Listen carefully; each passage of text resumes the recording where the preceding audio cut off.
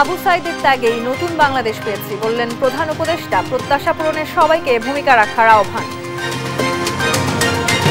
যতদিন প্রয়োজন থাকবে অন্তর্বর্তী সরকার, জানালেন আইন উপদেষ্টা। সব হত্যার বিচার ও মামলা প্রত্যাহারের ঘোষণা।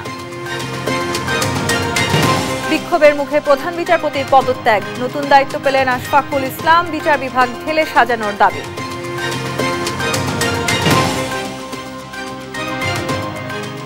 আমন্ত্রণ সংবাদ রাতে, দেখছিলেন সংবাদ শিরোনাম, সঙ্গে আছি আমি তাসনুভা তন্নি। কোটা সংস্কার আন্দোলনের প্রথম শহীদ রংপুরের আবু সাইদের কবর জিয়ারত করেছেন অন্তর্বর্তীকালীন সরকারের প্রধান উপদেষ্টা ডক্টর মোহাম্মদ ইউনূস। বাড়ির উঠানে বসে কথা বলেন তার মায়ের সঙ্গে। এ সময় কান্নায় ভেঙে পড়েন অনেকেই। তার পিতার হাতে জাতীয় পতাকা তুলে দিয়ে তা উঁচিয়ে ধরেন ডক্টর ইউনূস। শামীমা আক্তারকে সঙ্গে নিয়ে মাহমুদ হাসানের প্রতিবেদন।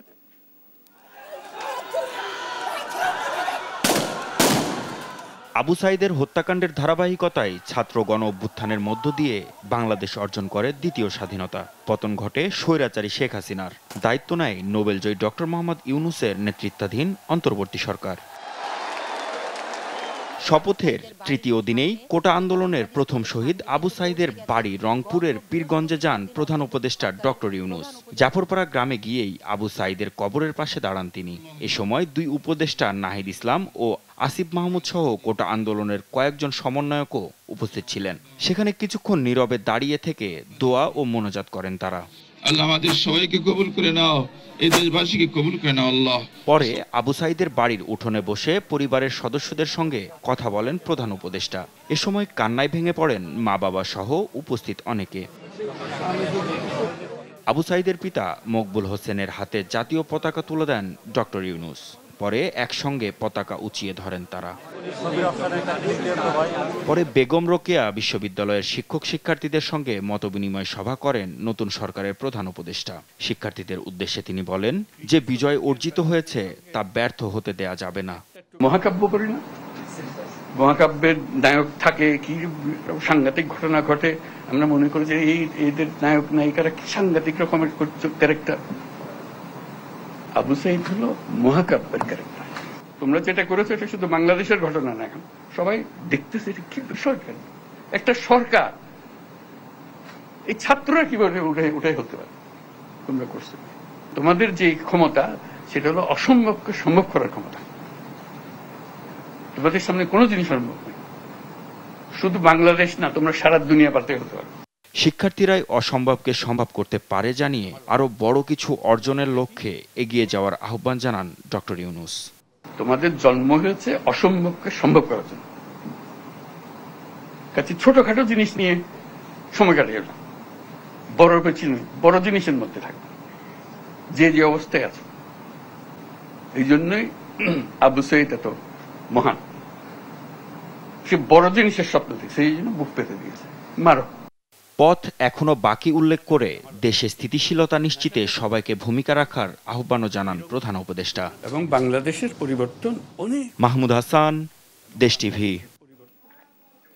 আবু সাইদ বুক পেতে দিয়েছিলেন বলেই আমরা নতুন বাংলাদেশ পেয়েছি। তার স্বপ্ন পূরণ করা পুরো জাতির কর্তব্য, তাই কোথাও কোনো ধরনের গোলযোগ হতে দেয়া যাবে না, এমন মন্তব্য করেছেন অন্তর্বর্তী সরকারের প্রধান উপদেষ্টা ডক্টর মোহাম্মদ ইউনূস। বলেন, আবু সাইদ এখন সব পরিবারের সন্তান, তাই তার মতো ধর্ম বর্ণ নির্বিশেষে সব মানুষের পাশে দাঁড়াতে হবে। এটা একটা ঘটনা যে গ্রামের মধ্যে এসছে, এটা বিষয় না। বিষয়টা হলো এই জায়গাটা হলো এটা মহাকাব্যের জায়গা। মহাকাব্যের যে বীর গাথা শোনেন, এই ভাই ধাক্কা দিয়েন না, বীর গাথার যে বীর থাকে, প্লিজ ধাক্কা দিয়েন না প্লিজ। তাকে আপনি কবরটা ভেঙে ফেলতেছেন তো, আপনার নিউজ বেশি জরুরি না, কবরটা বেশি জরুরি। এটা নিয়ে যুগে যুগে লেখালেখি হবে, স্মরণ করবে এই লোককে। এই যে এখানে মাটির তলে শুয়ে আছে, সেই সারা জাতির জন্য, ন্যায়ের জন্য, মুক্তির জন্য বুক খুলে দাঁড়িয়েছে। ছবি দেখলে বিশ্বাস করা যায় না যে একটা মানুষ, একটা ছেলে বন্দুকের সামনে হাত উঠাইয়া দাঁড়াইয়া আছে। মারেন, গুলি করছে, একটু টল টল করছে, আবার ধরছে, তারপর আরেকগুলো। এই সেই লোক। কাজে এটাকে ভোলার শুধু এখানে পীরগঞ্জের বিষয় না, এটা বাংলাদেশের বিষয় না, সারা দুনিয়ার বিষয়।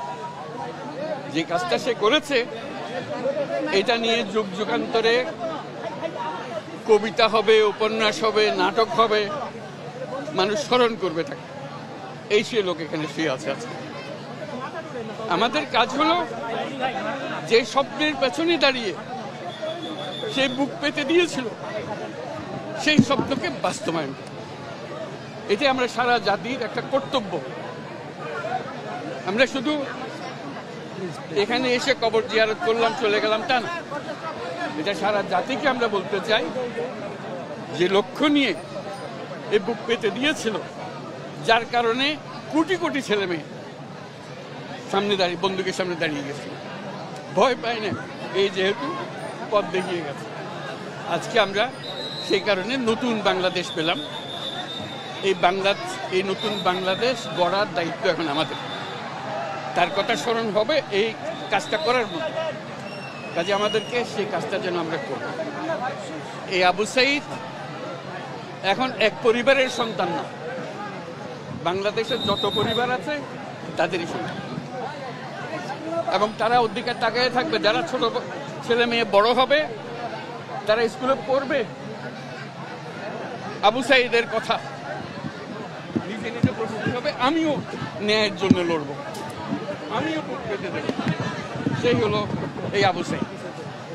আবু সাঈদ এখন ঘরে ঘরে, প্রত্যেক ঘরে আবু সাঈদ, এবং বাংলাদেশের যত পরিবার আছে সব পরিবারের সন্তান। এবং বাংলাদেশে এখানে জাতি ধর্ম নির্বিশেষে সবারই সন্তান। এখানে হিন্দু পরিবার হোক, মুসলমান পরিবার হোক, বৌদ্ধ পরিবার হোক, সবার ঘরের সন্তান এই আবু সাঈদ। কাজেই আপনারা খেয়াল রাখবেন যে কোথাও কোনো গোলযোগ যেন না হয়, কেউ ধর্ম নিয়ে কথাবার্তা না বলে, কারণ আমরা এই মাটিরই সন্তান, সবাই আবু সাঈদ। কাজে এদের সন্তানদের রক্ষা করা জাতি ধর্ম নির্বিশেষে, এটা আমাদের এখন কর্তব্য। আমরা যেন এটা নিশ্চিত করে সামনে গিয়ে দাঁড়াই। আবু সাঈদ যেরকম দাঁড়িয়েছে, আমাদেরকে ওরকম দাঁড়াতে হবে। যারা পার্থক্য করে যে এরকম সন্তান, ওরকম না, আমরা সবাই বাংলাদেশি, আমরা বাংলাদেশেরই সন্তান। সব আবু সাঈদের মা সবার মা, এবং সবার মা আবু সাঈদের মা।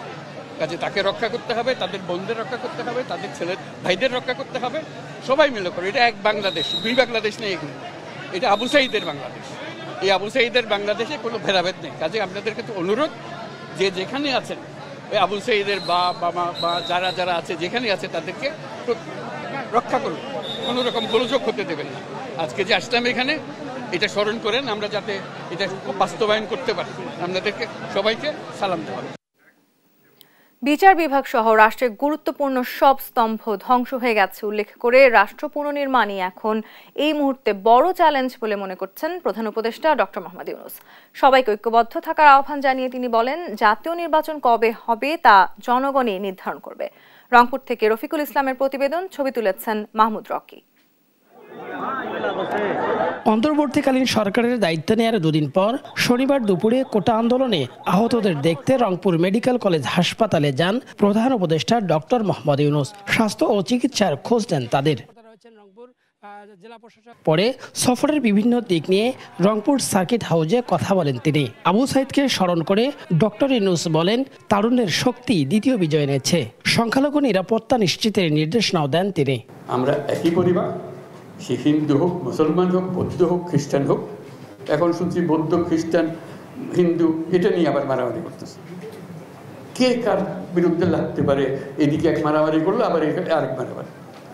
এটা যেন না হয়। আমরা যেখানেই এরকম অত্যাচার হবে কারো উপরে, কোনো একটা ওসিলা করে, এই ধর্মের ওসিলা, অন্য কোনো ওসিলা, সেটা রুখে দাঁড়াতে হবে। জানান, রাষ্ট্র কাঠামোকে ধ্বংস করা হয়েছে বলেই ছাত্র জনতা আন্দোলন করেছে। অর্জন ধরে রাখতে একতা বড় চ্যালেঞ্জ বলে জানান ডক্টর ইউনূস। প্রত্যেকটা জিনিস, এটাই না যে এই জিনিস নষ্ট হয়ে গেছে, ওরকম না, পুরো জিনিসটাই পচে গেছে। এই পচা জায়গাতে আবার নতুন তরতাজা জাতি আবার তৈরি করতে আমরা পারি। পুরো কাঠামোতে পচন ধরেছে উল্লেখ করে রাষ্ট্র পুনর্গঠনে সবার সহযোগিতা চান প্রধান উপদেষ্টা। রফিকুল ইসলাম, দেশ টিভি, রংপুর। ছাত্র জনতার আন্দোলন দমনে যেসব হত্যাকাণ্ড ঘটেছে এর সঙ্গে জড়িতদের দ্রুত বিচারের আওতায় আনবে সরকার। সেই সঙ্গে সব ফৌজদারি মামলা প্রত্যাহারে আগামী 3 কর্মদিবসের মধ্যে পদক্ষেপ নেওয়া হবে, এমনটাই জানালেন আইন উপদেষ্টা ডক্টর আসিফ নজরুল। এই সময় গণতান্ত্রিক নির্বাচন আর শিক্ষার্থীদের আকাঙ্ক্ষা পূরণে যতদিন লাগে ততদিনই অন্তর্বর্তী সরকার ক্ষমতায় থাকবে বলে জানান তিনি। বিস্তারিত জান্নাতুল মোহনার প্রতিবেদনে। শপথের পর শনিবার সকালে প্রথমবার নিজ মন্ত্রণালয়ে আসেন অন্তর্বর্তীকালীন সরকারের আইন, বিচার ও সংসদ বিষয়ক উপদেষ্টা ডক্টর আসিফ নজরুল। শুরুতেই সভা করেন কর্মকর্তাদের সঙ্গে। সভায় ছাত্র জনতার আন্দোলন দমনে সংঘটিত হত্যাকাণ্ডের বিচার, 3 দিনের মধ্যে সব ফৌজদারি মামলা প্রত্যাহার এবং মিথ্যা মামলায় আটক শিশু কিশোরদের ছেড়ে দেওয়ার সিদ্ধান্ত হয়। আমি আইনের শিক্ষক, আমার অনেক ছাত্র আছেন লোয়ার জুডিশিয়ারিতে, হায়ার জুডিশিয়ারিতে। কিভাবে মিসক্যারেজ অফ জাস্টিস হয়েছে, বিচারের নামে কিভাবে হয়রানি হয়েছে, ন্যায় বিচার থেকে বঞ্চিত করা হয়েছে, এই পুরা প্রক্রিয়াটা সম্পর্কে ইনশাআল্লাহ আমি জানি। আমি আমার সাধ্য মতো চেষ্টা করব। এ সময় রাজনৈতিক দলের চাহিদা অনুযায়ী গণতান্ত্রিক নির্বাচন এবং শিক্ষার্থীদের আকাঙ্ক্ষা পূরণ না হওয়া পর্যন্ত অন্তর্বর্তী সরকার দায়িত্ব পালন করবে বলে জানান উপদেষ্টা। সংস্কারের আকাঙ্ক্ষা মানুষে আছে, সংস্কারের আকাঙ্ক্ষা এবং নতুন নির্বাচনের আকাঙ্ক্ষার মধ্যে সমন্বয় করে যেটা যতদিন থাকা দরকার ততদিনই থাকার আমরা থাকবো, বেশিও না কমও না। সভায় সন্ত্রাস দমন ও সাইবার নিরাপত্তা আইনে করা সব হয়রানিমূলক মামলা প্রত্যাহারের সিদ্ধান্তও হয়। এছাড়া হটলাইনে মিথ্যা ও হয়রানিমূলক মামলায় ভিকটিম সাপোর্ট দেবে আইন ও বিচার বিভাগ। জান্নাতুল মোহনা, দেশ টিভি, ঢাকা। শিক্ষার্থী আন্দোলনের মুখে পদত্যাগ করলেন প্রধান বিচারপতি ওবায়দুল হাসান, আর ভারপ্রাপ্ত বিচারপতি হিসেবে নিয়োগ পেয়েছেন বিচারপতি আশফাকুল ইসলাম। তবে আন্দোলনকারী শিক্ষার্থীদের দাবি বিচার বিভাগকেও ঢেলে সাজাতে হবে। এদিকে অবিলম্বে সুপ্রিম কোর্ট খোলার আহ্বান জানিয়েছেন অ্যাটর্নি জেনারেল। সাবরিনা মজুমদারের রিপোর্ট। রাজপথে আন্দোলন করে কি রায় পরিবর্তন করা যায়, এমন মন্তব্যের কয়েকদিনের মাথায় বৈষম্য বিরোধী ছাত্র আন্দোলনের বিক্ষোভের জেরে পদত্যাগে বাধ্য হলেন প্রধান বিচারপতি ওবায়দুল হাসান। বিষয়টি নিশ্চিত করেন আইন উপদেষ্টা ডক্টর আসিফ নজরুল। আমাদের প্রধান বিচারপতি কিছুক্ষণ আগে পদত্যাগ করেছেন। ওনার পদত্যাগ পত্র ইতিমধ্যে আইন মন্ত্রণালয়ে এসে পৌঁছেছে। এটা উপযুক্ত প্রসেসিং এর জন্য আমরা কাল বিলম্ব না করে রাষ্ট্রপতির কাছে পাঠিয়ে দিব। এর কয়েক ঘন্টার মধ্যেই ভারপ্রাপ্ত প্রধান বিচারপতি হিসেবে নিয়োগ পান আশফাকুল ইসলাম।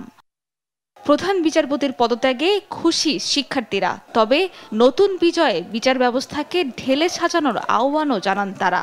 ন্যায়পরায়ণ বিচারপতি হওয়া, উনি হচ্ছে কোনো দলীয়গতভাবে সংযুক্ত থাকবেন না। আমরা চাই ফ্যাসিস্ট মুক্ত একটি দেশ। ফ্যাসিস্ট মুক্ত দেশে অবশ্যই বিচার বিভাগও ফ্যাসিস্ট মুক্তই হতে হবে।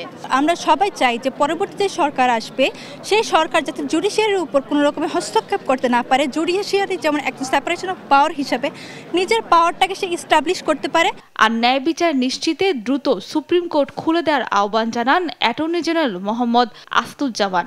অতি দ্রুত বাংলাদেশ সুপ্রিম কোর্ট ফাংশনাল হওয়া উচিত, যেখানে মানুষের অধিকার প্রতিষ্ঠার জন্য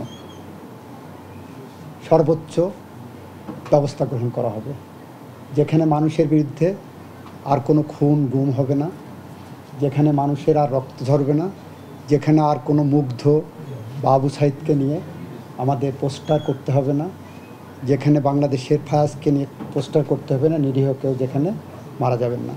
শনিবার শিক্ষার্থীদের বিক্ষোভের মুখে পদত্যাগ করেন আপিল বিভাগের আরও 5 বিচারপতি। সাবরিনা মজুমদার, দেশ টিভি, ঢাকা। দেখছেন সংবাদ রাত। চলমান পরিস্থিতিতে রাস্তার যান চলাচল নিয়ন্ত্রণের দায়িত্ব পালন করছেন সাধারণ শিক্ষার্থীরা। অলিগলি থেকে শুরু করে রাজধানীর বিভিন্ন গুরুত্বপূর্ণ সড়ক সুশৃঙ্খলভাবে পরিচালনা করছেন তারা, যার সুফল ভোগ করছেন সর্বস্তরের জনগণ। বিস্তারিত থাকছে কায়েস রাহাতের প্রতিবেদনে। সরকার পতনের পর থেকে এখনো পুরোদমে রাস্তায় নামেনি আইন শৃঙ্খলা রক্ষাকারী বাহিনী। ফলে রাস্তায় যান চলাচল নিয়ন্ত্রণের ভারটিও স্বেচ্ছায় কাঁধে তুলে নিয়েছে সাধারণ শিক্ষার্থীরা। তাদের কল্যাণে সাধারণ মানুষ এখন স্বস্তির নিঃশ্বাস ফেলছেন। রাস্তায় চাঁদাবাজি না থাকায় ন্যায্য ভাড়া নিয়েই খুশি বিভিন্ন যান চালকেরা। কোনো চাঁদাবাজি নাই, না আমরা খুশি, আমরা অনেক খুশি। এটা রানিং গাড়ি সিগন্যালে দাঁড় করে চাঁদাবাজি করতো, এগুলা আমরা চাই না, এগুলা থেকে আমরা এখন মুক্তি চাই। সাধারণ মানুষজন বলছেন ছাত্রদের এই যান চলাচল নিয়ন্ত্রণ শিক্ষণীয় হতে পারে ট্রাফিক পুলিশের জন্য। সামনের দিনগুলোতেও এমনই একটি দুর্নীতিমুক্ত স্বচ্ছ ট্রাফিক কন্ট্রোল ব্যবস্থা দেখতে চান তারা। রাস্তাঘাটের পরিস্থিতি অবশ্যই আগে থেকে অনেক বেশি ভালো হয়েছে আর উন্নতির দিকে আগাচ্ছে, কারণ সবাই একই সাথে খুব ভালো মতো কাজ করতেছে এখন। আমি তো মনে করি যে এর আগে যারা মানে প্রফেশনাল ট্রাফিক যারা মানে রাস্তায় যে তাদের যে অ্যাক্টিভিটি দেখেছিলাম, এটার থেকে তাদের একটা শিক্ষা নেওয়া উচিত। এরই মাঝে দায়িত্ব পালনরত ছাত্ররা জানান ট্রাফিক পুলিশ তাদের স্বস্থানের দায়িত্বে ফিরে এলে শ্রেণীকক্ষে ফিরে যেতে পারেন তারা। ট্রাফিক যে কন্ট্রোলটা, এটা হচ্ছে আমরা যতদিন পর্যন্ত দেশের প্রয়োজন হবে আইন শৃঙ্খলা বাহিনী রাস্তায় সড়কে না আসবে, ট্রাফিক বিভাগ রাস্তা সড়কে না আসবে, ততদিন পর্যন্ত আমরা এই সড়কে আসি। পুলিশ সদস্য ভাইয়েরা তারা তাদের কর্মস্থলে ফিরে আসুক, আমরা আমাদের ক্লাসে ফেরত যেতে চাই। যেহেতু এখন হচ্ছে দায়িত্ব দিয়ে দেওয়া হচ্ছে আস্তে আস্তে, তো আমরা খুব শিগগিরই চেষ্টা করব যে পরিস্থিতি সব স্বাভাবিক হোক এবং আমরা ক্লাসে ইনশাআল্লাহ খুব তাড়াতাড়ি ফিরে যাব বলে আশাবাদী। দেশের পরিস্থিতি স্বাভাবিক হয়ে এসেছে অনেকাংশেই, তবে আগামী দিনগুলোর জন্য উজ্জ্বল এক দৃষ্টান্ত হয়ে থাকবে শিক্ষার্থীদের এই সড়ক ব্যবস্থাপনা। কায়েস রাহাত, দেশ টিভি, ঢাকা। সারা দেশে শুরু হয়েছে থানা পুলিশিং কার্যক্রম। শনিবার সকাল থেকেই কাজে যোগ দেন পুলিশ সদস্যরা। থানার পরিষ্কার পরিচ্ছন্নতার কাজে সহায়তা করে শিক্ষার্থীরা। নতুন বাংলাদেশ নির্মাণে জনগণের জানমাল রক্ষায় নিরলস ভূমিকা রাখার প্রত্যয় পুলিশের। সহকর্মীদের পাঠানো তথ্যচিত্রে আপন অপুর রিপোর্ট। 6 দিন পর শুরু সিরাজগঞ্জের এনায়েতপুর সহ সব থানার কার্যক্রম। শনিবার বেলা 12:30টার দিকে কার্যক্রম শুরু হয় এনায়েতপুর থানায়। এ সময় থানা কম্পাউন্ডে উপস্থিত ছিলেন পুলিশ হেডকোয়ার্টারের অতিরিক্ত উপমহাপরিদর্শক সৈয়দ রেজা আলম, জেলা প্রশাসক, পুলিশ সুপার ও সেনা কর্মকর্তারা। মানুষের জানমালের নিরাপত্তা আগে যেভাবে পুলিশ দিত, তার মধ্যে যদি কোনো ভুলভ্রান্তি থাকে সেই ভুলভ্রান্তি ব্যতি রেখে পুলিশ সুষ্ঠুভাবে আশা করছি আগামীকাল থেকে আপনাদের নিরাপত্তার দায়িত্বে আবার পূর্ণভাবে রত হবে। সেনাবাহিনীর সহায়তায় শুরু আশুলিয়া থানার কার্যক্রম। দায়িত্ব পালনে সবার সহযোগিতা কামনা করেন ভারপ্রাপ্ত কর্মকর্তা। সবাই যদি আমরা আইন মেনে চলি, আসলে এই দেশে ইনশাল্লাহ কোনো ধরনের নৈরাজ্য ইনশাল্লাহ থাকবে না। এদিন চালু হয় নওগাঁর 11টি থানার কার্যক্রম। জনগণের জানমাল রক্ষায় বদ্ধপরিকর পুলিশ। লক্ষ্মীপুরের 4 থানায় ফিরেছে পুলিশ, তবে লক্ষ্মীপুর মডেল থানায় কাজে যোগ দিলেও রয়েছেন সিভিলে। গায়ে জড়াননি বাহিনীটির পোশাক। সেনা সহায়তায় ঠাকুরগাঁয়ের 7টি থানার মধ্যে 6টিতেই শুরু হয়েছে সব কার্যক্রম। বন্ধ থাকা ভুল্লি থানাও শিগগিরই চালু হবে বলে জানান পুলিশ সুপার। এসব থানায় কার্যক্রম চালুতে সেনাদের পাশাপাশি সহায়তা করেছে শিক্ষার্থীরা। স্বেচ্ছাশ্রমে করা হয় থানা পরিষ্কার পরিচ্ছন্নতার কাজ। আপন অপু, নিউজ ডেস্ক, দেশ টিভি। নিত্যপণ্যের দাম আগের তুলনায় কিছুটা কমলেও এখনো স্বাভাবিক হয়নি বাজার। সিন্ডিকেটের কারসাজি বন্ধে অভিযানে নেমেছে ভোক্তা অধিদপ্তর। এতে যোগ দেয় শিক্ষার্থীরাও। তাদের অংশগ্রহণ সিন্ডিকেটের দৌরাত্ম্য বন্ধে গুরুত্বপূর্ণ ভূমিকা রাখবে বলে মনে করেন ভোক্তা অধিদপ্তরের মহাপরিচালক। বিস্তারিত শাহাদাত নিশাদের রিপোর্টে। মিরপুর শাহ আলী মার্কেটের তাইয়েবা রাইস এজেন্সি প্রতি বস্তা ৩,২০০ টাকায় বিক্রির মূল্য তালিকা লাগিয়েও নেওয়া হচ্ছে বাড়তি দাম। রোববার দুপুরে ভোক্তা অধিদপ্তরের অভিযানে ধরা পড়ে এমন কারসাজি। একই চিত্র আলু পেঁয়াজের বাজারেও। পাইকারিতে দাম কমলেও প্রভাব নেই খুচরা বাজারে। মাছ, মুরগি ও গরুর মাংসের বাজারেও চিত্র একই। অভিযানের মুহূর্তেই পাল্টে যায় বাজারের চিত্র। ব্রয়লার মুরগি 160 আর গরুর মাংস বিক্রি হচ্ছে 750 টাকা কেজি দরে। মাছের বাজারেও ফিরেছে স্বস্তি। এদিকে ভোক্তা অধিদপ্তরের অভিযানে অংশ নিচ্ছেন শিক্ষার্থীরাও। ঘুরে ঘুরে বাজার তদারকি করছেন তারাও। নতুন বাংলাদেশের নিত্যপণ্যের বাজারে স্বস্তি ফেরাতে এমন অংশগ্রহণ বলে জানান শিক্ষার্থীরা। শুধু ছাত্র না, সাধারণ জনগণ যারা আছে তাদেরও আমাদের সাহায্য করতে হবে। এখন আমরা 3-4 দিন ধরে, বিগত 3-4 দিন ধরে আমরা এই অভিযানটা করতেছি। দাম কমেছে, কিন্তু আমরা খুচরা বাজারে এসে সেটার প্রভাব দেখতে পাচ্ছি না। আর শিক্ষার্থীদের ভূমিকায় পরিবহনে চাঁদাবাজি অনেকটাই কমেছে, তাই পণ্যের দাম আরও কম হওয়া উচিত বলে জানান ভোক্তা অধিদপ্তরের মহাপরিচালক। পথে যে ট্রাকে চাঁদাবাজি হতো সেটি অনেকটাই আপনার বন্ধ হয়ে গেছে, এই জন্য ট্রাক ভাড়া কমে গেছে। এই যে বন্ধ হয়ে গেছে, এখন যদি দামটা আগের মতো থাকে তাহলে কি দাঁড়াচ্ছে? তাহলে তো এটার পরিবর্তন আসে না, এবং এটা সম্ভাবনা আছে ওই যে জায়গায় বন্ধ হয়ে গেছে সেখানে যেন আবার নতুন মুখ এসে যেন আবার সেই সিন্ডিকেটের চক্র না তৈরি হয়। নতুন করে সিন্ডিকেট তৈরি বন্ধে সবাইকে সতর্ক থাকার আহ্বানও জানান মহাপরিচালক। শাহাদাত নিশাদ, দেশ টিভি, ঢাকা। দেখছেন সংবাদ রাত। আমি এই চেয়ারে বসবো না। বাচ্চু ভাই, এই চেয়ারকে ভয় পেও না। ডেন্টিস্টের পরামর্শ নাও নতুন কোলগেট অ্যাক্টিভ সোল, যা দাঁতের সমস্যা শুরু হওয়া মাত্রই থামিয়ে দেয়। না থাকবে ব্যথা, না থাকবে ভয়।